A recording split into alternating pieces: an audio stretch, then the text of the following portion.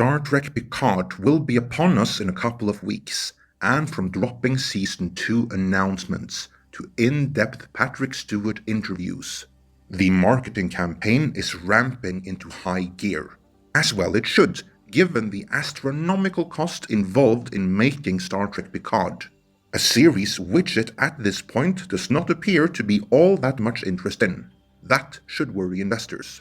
What should worry them more is that based on what we've seen of the marketing, certainly that in-depth Patrick Stewart interview, it would appear that Star Trek Picard comes with a narrative and message that audiences are wise to and increasingly turning against.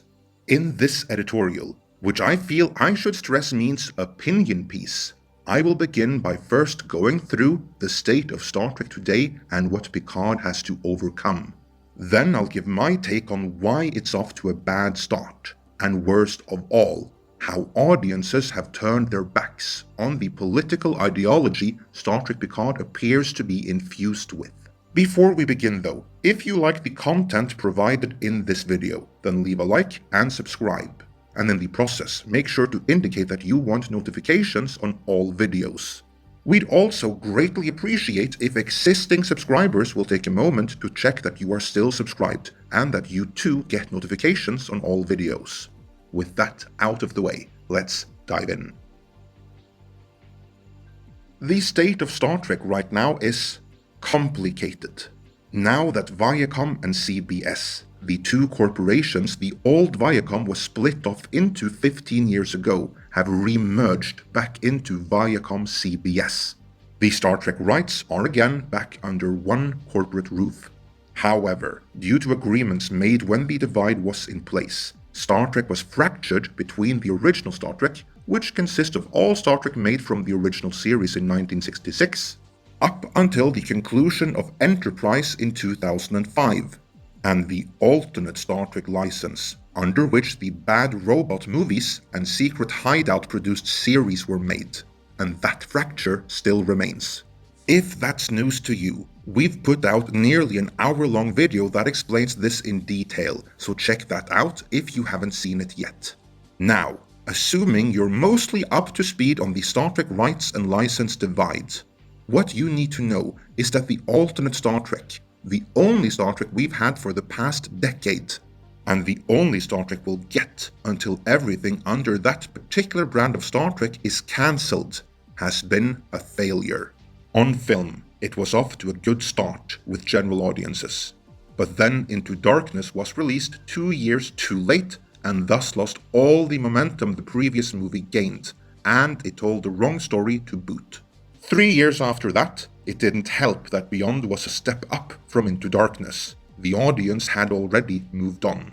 Since then, Star Trek IV has been but an ever-changing investor pitch, from Thor coming back, to a female director, to Noah Hawley. And under him, the pitch has changed from the original cast coming back to an all-new cast.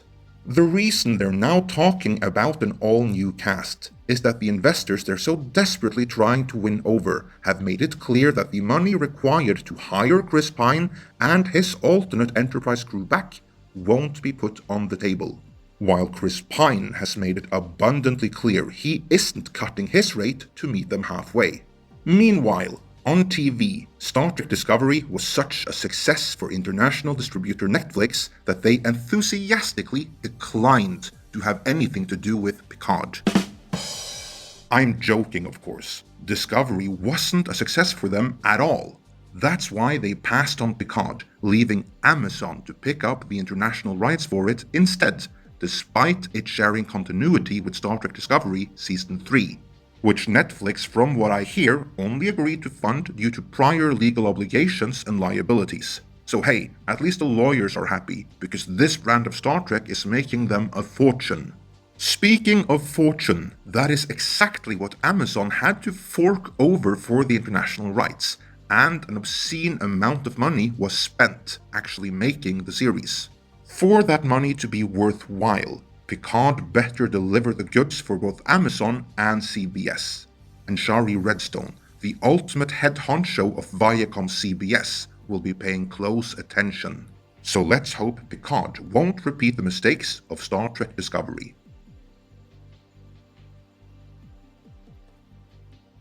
Star Trek Discovery was a mess. Over the course of 3 seasons, Discovery has gone through 5 showrunners, changed direction multiple times, and been the subject of reshoots and reconfigurations every bit as extensive as those seen on Justice League and Star Wars Rise of Skywalker. It cost a fortune to make, and relative to that cost, it didn't bring in the views. Some are still in denial about that, but you will note that after 2 seasons of Discovery, Netflix passed on Picard, because like third-party licensees, they've lost faith in the alternate brand of Star Trek. Picard also cost a fortune to make, but for all that money spent, there has been nothing but chaos behind the scenes. Judging by number of showrunners, there may even have been more chaos on Picard than Discovery, because Picard is now 1 season in on its 3rd showrunner. Original showrunner Alex Kurtzman was replaced by Michael Chabon, and we recently learned that Chabon won't be returning as showrunner for the planned season 2. The rumors I've heard is that he very much so wanted to return as showrunner for season 2, but that he, shall we say, wasn't invited back. Allegedly due to unhappiness with parts of season 1, as well as his planned direction for season 2, where Terry Matalas now will replace him as showrunner.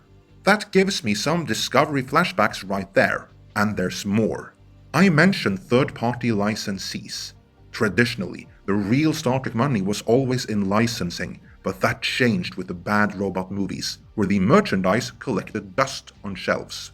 Most licensees rejected Discovery outright, and what do you know? They rejected Picard as well, which should come as no surprise if you watch this channel, because we reported that the better part of a year ago. At surface level then, there appears to be many production similarities between Star Trek Picard and Star Trek Discovery. This of course doesn't preclude Picard from being good. Plenty movies and TV series have had nightmare productions and still turned out great. And as a hardcore fan of the original Star Trek, I genuinely hope the best for Star Trek Picard. I don't care about Discovery, or any characters in it, but I don't want Patrick Stewart's final take on the legendary Jean-Luc Picard to be bad. Unfortunately, Patrick Stewart himself went out of his way to assure me and everyone else that it probably will be. The stage was set in an interview with Variety. It begins by Patrick Stewart bemoaning how the world has changed in the 16 years since he last performed A Christmas Carol, and the article's author helpfully asserts that this millennium has thus far been miserable. That sets the whiny tone right there, because I certainly think it is debatable whether or not the 20 years of this millennium were that much more miserable than the 20 years before that, or the 20 before that, or before that, for that matter. Be that as it may, the key takeaway is that Patrick Stewart sees it as his mission to challenge himself, to speak to injustice, and to that end, his Christmas Carol is a profoundly angry attack on a society that treats marginalized people as subhuman. With that established, the topic shifts to Picard, which is described as different from the Next Generation in nearly every respect. Texture, tone, format, production value, and even the likelihood of characters dropping an F-bomb. The article goes on to say that's all by design, and this is true. It continues, Stewart's design, and while that may have some truth to it, it is not the full truth. You will recall that Picard is made under the same alternate license as the bad robot movies and Star Trek Discovery, so Picard can't be too close to the Next Generation for licensing reasons. Picard deals with the aftermath of the destruction of the Romulan Star Empire from the Hoba Star, as seen in Bad Robot Star Trek 09. And it allegedly ties directly into Season 3 of Star Trek Discovery. Patrick Stewart no doubt had influence over the story and themes though, as we'll see. The article then goes on to praise Star Trek under Alex Kurtzman, while belittling the Next Generation as lo-fi and a little quaint by today's standards, and outright dismissing the original series as poorly rated and cancelled by NBC after 3 seasons. And that is how you can tell this is a paid-for puff piece. The centerpiece of the article is when Stewart says, in a way, the world of Next Generation had been too perfect and too protected. It was the Enterprise.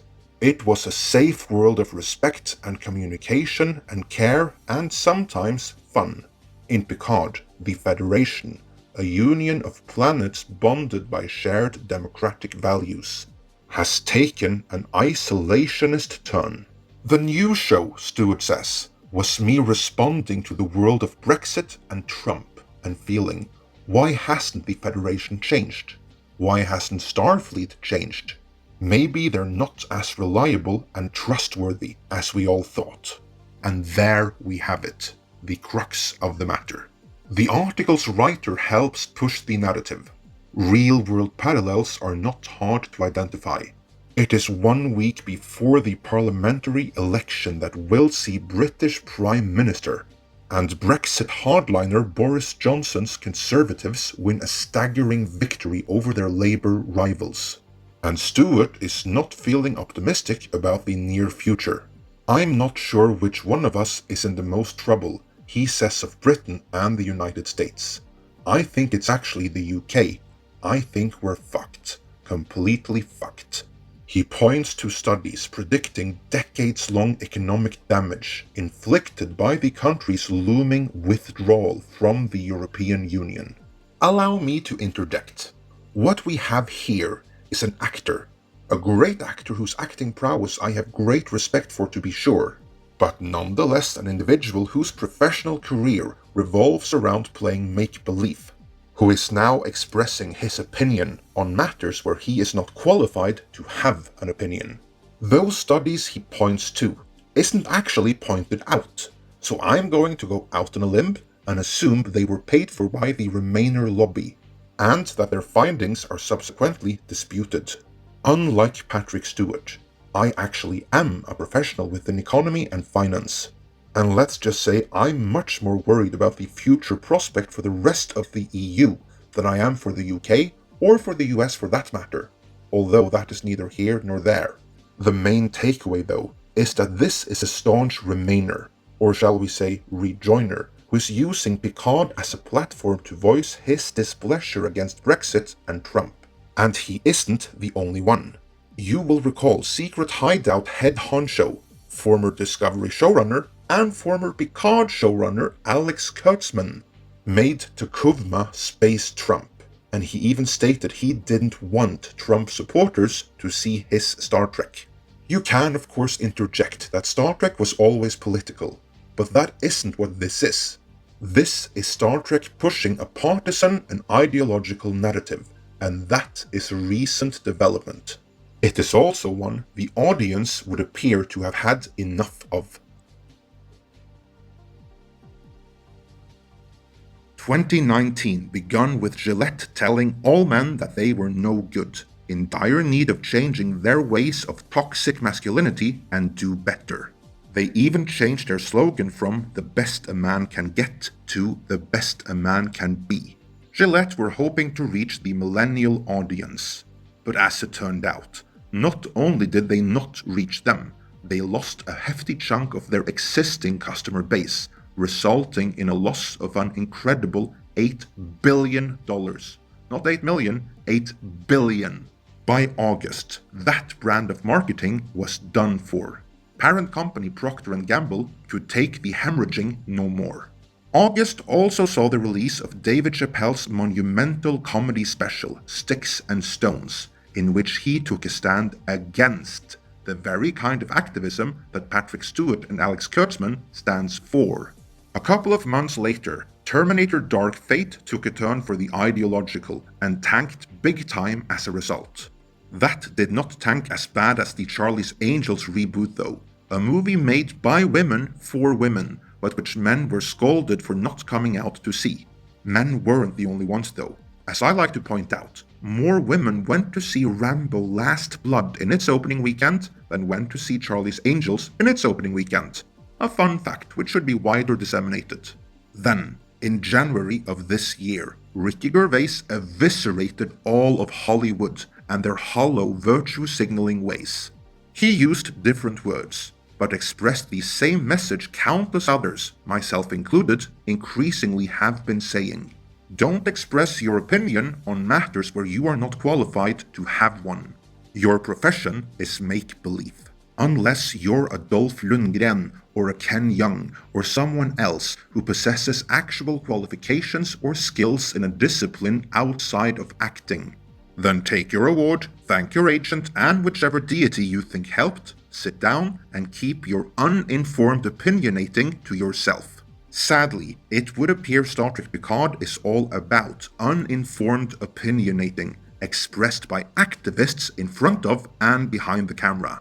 And if there is one thing to take away from the year 2019, it is that the audience has had enough of that.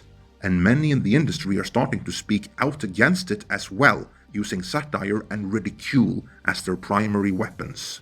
What that means is that before it even premieres, Picard's message is no longer cool.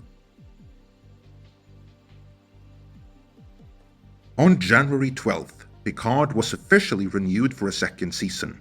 This is posturing, like when Star Trek 4 was announced days before the release of Star Trek Beyond, or when the Section 31 Discovery spin-off series we haven't heard of since was announced just prior to the release of Discovery's second season. Like then, they are now trying to push the message that this brand of Star Trek is here to stay, so go see it and get invested, because it's here for the long haul. There could be a second season, I'm not saying there won't. But it's not a given, and as I said earlier, both Amazon and the new corporate overlords at Viacom CBS will be watching how Picard performs very, very closely. And from what I gather, Shari Redstone is none too pleased with the direction Star Trek on TV has taken these past few years. A direction set forth by Alex Kurtzman and Les Moonves, Shari Redstone's corporate enemy, who was conveniently Me Too'd when he got in her way. Albeit for less dramatic reasons. I have been told that many others will follow him out the door if Picard fails to deliver. Let me know your thoughts on all of this in the comments.